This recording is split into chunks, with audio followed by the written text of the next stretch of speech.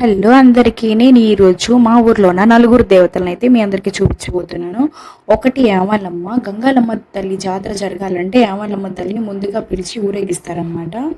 రెండవది గంగమ్మ తల్లి. మీరు ఆల్రెడీ జాతర వీడియోస్ ఫొటోస్లో చూసే ఉంటారు. మూడవది వచ్చేసి అంకమ్మ తల్లి. అంకాలమ్మ తల్లికి గంగమ్మ తల్లి జాతర అయిపోయిన తర్వాత అంకాలమ్మ తల్లికి పొంగుబాలు పెట్టడం అనేది ఆచారం. మేము ఈరోజు పొంగుబాలు పెట్టడానికి అయితే వెళ్తున్నాము. మమ్మీ మేము వచ్చేలోపు రైరే రారా అంటూ వెళ్ళిపోయారు. మొత్తానికైతే గుడికి అయితే వచ్చేసాము. ఇక పొయ్యి మీద ప్రసాదం అయితే పెట్టేసాము. జనాభా అయితే ఫుల్గా వచ్చేసారు. ఇంక ఈ పొగకి ఎండకి చాలా చల్లగా అనిపించి పక్కకి వెళ్ళి కూర్చుందామని లోపు కోడి తలలు అయితే కనిపించేసాయి. ఇక్కడ చోటు చాలా బాగుంది.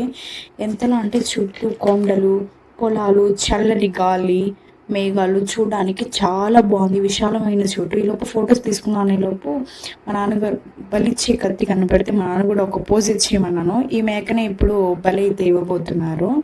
మొత్తానికైతే బలి ఇచ్చేశారు. ఇంకా ప్రసాదం అయితే అమ్మవారికి రెడీ అయిపోయింది.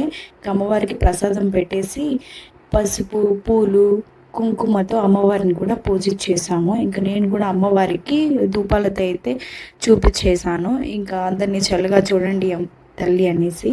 ఇంకేమొచ్చేసి ముత్యాలమ్మ కూడా అన్ని పూజ చేసి ఇంకా అమ్మ నాన్న నేను చెల్లి కూడా నమస్కరించేసాము. ఇంకా ఊర్లో వాళ్ళతో అందరితో ఇంకా సందడిగా మాట్లాడేసి ఇంకా ఫ్రెండ్స్తో కూడా మాట్లాడేసాను. ఇంకా ఈ లోపు మా మమ్మీ ప్రసాదం అయితే పనిచేశారు. ఇక్కడ నీళ్ళ సౌకర్యం కూడా ఉంది.